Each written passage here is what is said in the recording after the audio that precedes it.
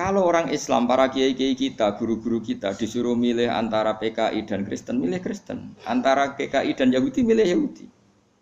Kebetulan Indonesia agak tahu no Yahudi, nah, alhamdulillah.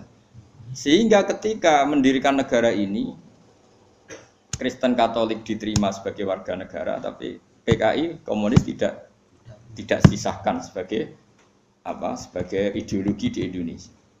Karena ateisme adalah meruntuhkan semua tatanan agama, karena tidak ada Tuhan, tidak ada surga, tidak ada neraka, tidak ada hisab. Sementara Kristen tidak percaya Yesus, cek sungkan, orang yang maling sungkan Yesus, cek ada yang disungkani.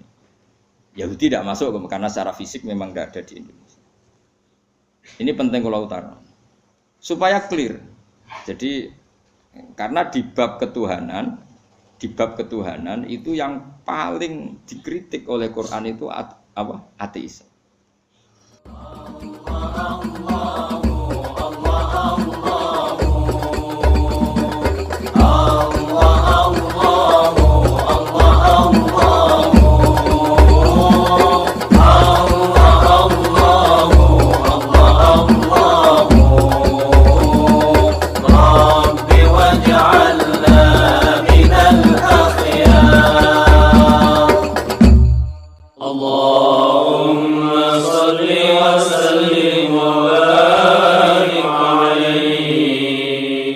Problemnya sekarang orang mengkaji tafsir sudah tidak sedetail ini, jadi sehingga kafir ini semuanya kafir, semuanya tauhid. Wah ya repot kan. Sehingga Nabi itu di hadis sahih diterangkan jika enggak ada ketentuan Allah tertentu, Nabi itu lebih mirip dengan ahli kitab dalam tradisi beragama. Karena ahli kitab sudah banyak benarnya itu menuhankan Allah, percaya adanya surga dan neraka, percaya adanya hisab dan sebagainya. Meskipun nanti juga tetap ada perbedaan dengan Islam, tapi ini kan saya cerita. Nah, surat-surat Makkiyah itu surat yang tidak membicarakan kafir ahli kitab. Sehingga mereka masih diperkenalkan Allah itu siapa yang menciptakan langit dan bumi. Kalau orang kafir ahli kitab sudah tahu Allah itu Tuhan mereka. Bahkan mereka ada yang bilang bapak mereka dan yang mewariskan surga tanpa syarat. Makanya agama Kristen itu menarik karena orang Islam sudah kiai, sudah ngaji masih takut su'ul khotimah. Kalau mereka apapun perilakunya asal mati sudah berbapak di surga. Jadi promosinya lebih menarik karena kalau kita kan enggak, sudah Islam, sudah soleh, gue jalalan ngalor ngidul ora mesti berbusuhan. Ketua partai Islam iso ketangkep nang Islam. Oh itu kan repot wis ketua partai tinggi gambare Ka'bah cek ora mesti.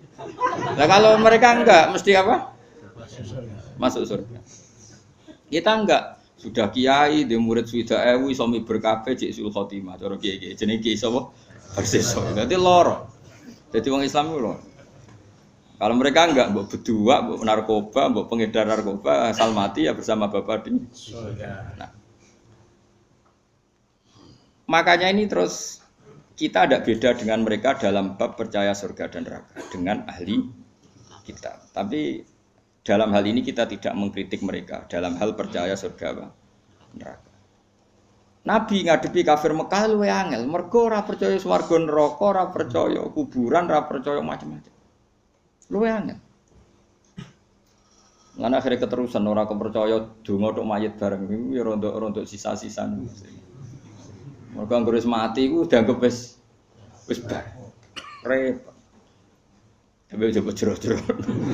Mari fitnah. Tapi kalau mau cerita tok, dadi salat mayit itu artinya ya ndongakno mayit. Cuma gayane nganggo salat. Sing sitok gayane nganggo tahlil. Tapi nak kowe dituntut, tapi nak salat mayit ana sunah, ana tuntunane Nabi, nak tahlil ora ana. Ya kowe kudu ngalah pancen yo ngono tenan, sitok ana tuntunan itu. Tapi nak sing sitok ingkar donga iku ora penting kanggo sing mati kuwi jelas keliru. Wong salat mayit itu wonge ya wis mati. Ya kudu ngakno napa? Mayit. Ya cuma ana sing protes, tapi iku ana contone nek iku ora ono ya kudu ngalah. Tapi kono ya kudu ngalah, nak ngono iku jenenge ndongakno. Mayit. Nanti wonten desa separuh Muhammadiyah, separuh NU. Nanti ngundang kula malam 7 dina. Jare sing duwe gawe gak teko Gus wong-wong ditulis ngene. mendoakan mayit di hari ke-7. Do teko kabeh mergo redaksine mendoa. Tidak muni tahlil bid'ah tapi nak mendoakan. Ana nek sing ngledake diredaksekno ngene. Seri salat jenazah berbentuk doa. Niku ya terus kaya rabitah mergo dianggap hukum turunan napa? Turunan dari salat apa? Jenazah.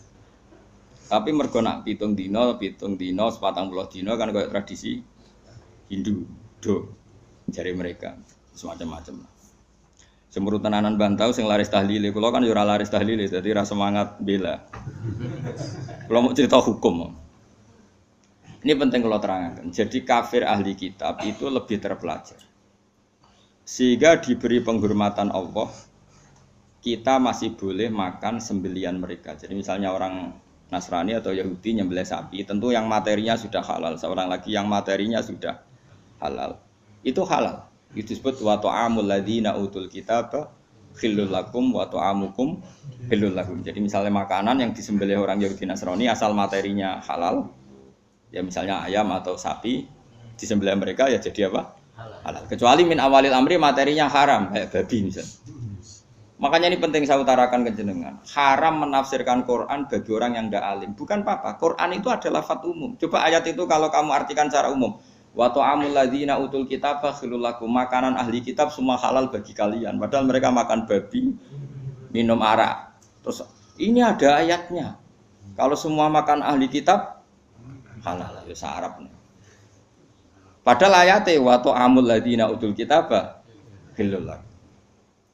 Maknanya di situ adalah makanan yang dari jenis halal, kemudian disembelih oleh mereka dan menyembelihnya sesuai syariat kita, misalnya memotong kulkum wadijen sesuai persyaratan dalam apa? Penyembelihan, itu halal. Tapi kalau yang disembelih orang Majusi haram. Karena apa? Di hati ahli kitab itu masih ada Allah. Ada kalimat apa? Allah. Meskipun ya tadi yang Nasrani nambahi 2, jadi salisu salasa, yang Yahudi ngeklaim Tuhan hanya milik mereka. Mun kula balik malih teng kafir ahli kitab. Apa kafir napa? Mekah. Itu disebut lam yakunil ladzina kafaru min ahli kitab ana wal musyriki. Jadi sama-sama kata kafir itu beda-beda. Dan nanti khitab ke kafir Mekah itu beda dengan khitab ke kafir apa? Madinah. Kalau kafir Madinah itu wa qalu la yadkhulal jannata illa man kana hudan aw nasara tilka amanihum. Orang Yahudi bilang surga hanya milik mereka, orang Nasrani bilang surga hanya milik mereka. Kalau orang Mekah kan nggak pernah bilang begitu karena percaya surga saja enggak. Jadi mirip PKI, kafir Mekah itu mirip PKI. Pokoknya mirip ateis.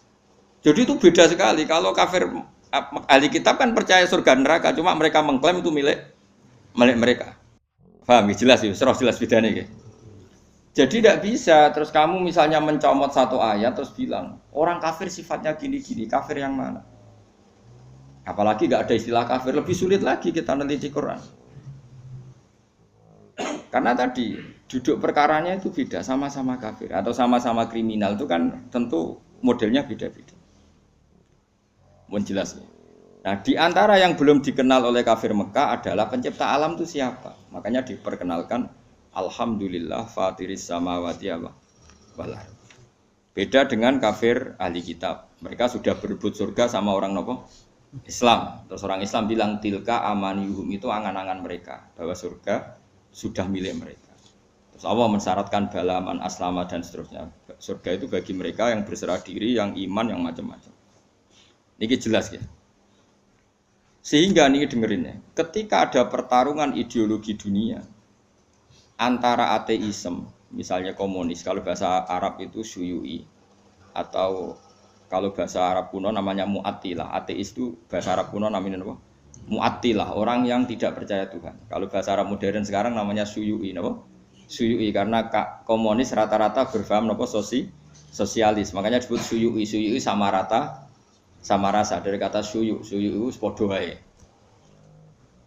Kalau orang Islam, para kiai-kiai kita, guru-guru kita disuruh milih antara PKI dan Kristen, milih Kristen. Antara PKI dan Yahudi, milih Yahudi. Kebetulan Indonesia agak tahu Yahudi, alhamdulillah. Sehingga ketika mendirikan negara ini, Kristen Katolik diterima sebagai warga negara, tapi PKI komunis tidak disahkan sebagai sebagai ideologi di Indonesia. Karena ateisme adalah meruntuhkan semua tatanan agama. Karena tidak ada Tuhan, tidak ada surga, tidak ada neraka, tidak ada hisab. Sementara Kristen tidak percaya Yesus, tidak sungkan, orang yang maling sungkan Yesus, tidak ada yang disungkan. Yahudi tidak masuk karena secara fisik memang tidak ada di Indonesia. Ini penting kalau utara supaya clear. Jadi karena di bab ketuhanan itu yang paling dikritik oleh Quran itu ateis. Kalau orang Yahudi Nasrani itu dibenarkannya itu masalah jumlah. Masalah apa? Jumlah. Makanya berhubungan dengan Nasrani itu sing disalahkan mereka tidak ahli tauhid karena Tuhan jadi tiga, tidak ahli tauhid. Kalau orang kafir Mekah tidak percaya Tuhan sama sekali, disebut al-mu'attilah, orang yang mengosongkan fungsi Tuhan. Makanya nanti cara khitab itu beda-beda. Nah, beda-beda ini disebut laqad kafarul ladina qalu inna huwa salisun salasa. Laqad kafarul ladina qalu inna huwa wal masih ibnu Maryam. Jadi sama-sama kafir tapi cara kafirnya beda-beda. Nanti punya akibat khitabnya juga beda-beda. Nah, lalu kalau jenengan tanya, lalu cara mengislamkan mereka bagaimana? Ya tentu itu hanya ikhtiar, kabeh anu takdire pangeran. Carane beda-beda. Kafir Mekah carane Islam luwih naif. Luwih lucu. Jadi ana sing lagi nyembah berhala, jebule iku pas sampai itikaf nyembah berhala niku ana luwak iku nguyah ning ndase. Nangis. Ya ilahun yabulu ahli sa'laban. Mosok pangeranku trimo duyoi luwak. Terus marani Kanjeng Nabi, "Mat, ketoke bener pangeran, Mat. Pangeranku iku kacau, Mat. Trimo duyoi." Jadi carane Islam yo naif-naif, maksudnya ku ya mergo yo saking mau sing. Jadi ana sing nggae sembahan iku roti kok makanan, bareng lesu dipangan. Aku masuk Islam tapi pangeranku sentek. Mergo nggae pangeran iku roti bareng lesu akhire dipangan. Ana meneh duwe pangeran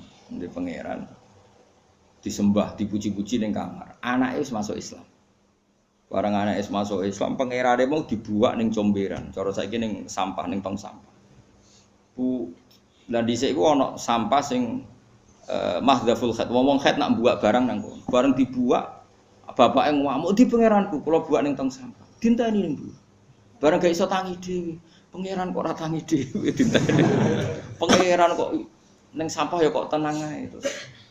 Anake ditakoki, "Kowe pangeranmu sapa?" jari Muhammad. Allah yang punya aras yang di langit sana. Ya sekandakno Muhammad, aku nganggo pangeran iku kowe gitu. Karena ya tadi persaingannya masih tentang Tuhan. Beda persaingan dengan orang Nasrani tentang klaim. Tentang apa? Tuhan ini milik siapa? Nah, cara wong liberal kan milik bersama. Akhirnya ra ono Kristen, gak ono kafir. Tuhan milik bersama itu cara ilmu hakikat, tapi asal dunia itu pasti ada klaim. Ada apa? Nasrani mengklaim Allah itu Tuhan mereka sehingga mereka masuk surga tanpa syarat. Orang Islam ya mengakui itu Tuhan mereka, cuma orang Islam lebih sopan. Tetap butuh amal soleh, butuh husnul khotimah, macam-macam. Lalu Nabi terbaik siapa? Orang Islam yakin Nabi terbaik Nabi Muhammad. Orang Nasrani Nabi Isa. Orang Yahudi Nabi Isa. Sehingga ketika periode Madinah itu anggar jotos-jotosan itu perkara itu. Jare wong Yahudi yo. Wah, Musa nabi paling keren. Kok ono nabi koyo Musa. Sing jare wong Islam, nabi paling keren Muhammad, gak ono nabi koyo apa? Jotos-jotosan. Nah ini ketok bijake nabi bareng sahabate jotos-jotosan. Kenapa kok jotos-jotosan? Niku Kanjeng Nabi niku darani Musa luwih afdal timbang jenengan. Tapi apa jawabane Nabi? La tufaddiluni ala Musa. Wis kowe ora perlu mulya-mulyakno aku berlebihan ngalahno Musa. Musa mbek aku sak level. Jadi Nabi ora kok muni aku luwih afdal timbang Musa, ya wis ora apa-apa wong muji Musa, wong iku ya tak puji. Mbek wong Nasrani ya begitu tuh kearifane Rasulullah. Dan itu mengundang simpati karena Nabi tidak kumo luhur langsung bilang, "Bener kowe, Musa iku anak buahku iku ora tahu." Ora ono. Begitu juga dengan Isa. Nabi Muhammad itu rileks saja ketika di Madinah orang Yahudi itu puasa hari apa? Asyura. Nabi ya rileks saja. Beberapa sahabat disuruh tanya. Itu di depan umum. Tanyakan orang-orang Yahudi itu, kenapa puasa hari yang ke-10 Asyura itu? Ya ini hari yang dimana Allah menyelamatkan Musa. Maka kita puasa. Nabi Muhammad jawab rileks, nahnu ahaqqu bi Musa. Kita pun berhak menghormati Musa. Kemudian Nabi menyuruh para sahabatnya puasa hari Asyura. Ya sudah rileks saja. Jadi perdebatan di Madinah ini sudah perdebatan klaim. Perdebatan apa? Klaim. Jadi polemiknya lebih spesifik. Tapi lebih menguntungkan Rasulullah karena ada dialog. Ada dialog, ada percaturan agama. Beda dengan di Mekah. Mat, kowe kok sujud itu ngeleti apa, Mat? Untuk apa? Mergo wis ora paham blas pangeran apa iku wis ora paham. Wis beda wae. Nah, kuliah ayal kafirun itu turun di yang di Madinah itu yang istilah-istilah ahli kitab. Nah, itu para ahli tafsir itu meneliti itu sampai detail sehingga nanti kalau membaca Quran itu kelihatan sekali pola-polanya tentang apa.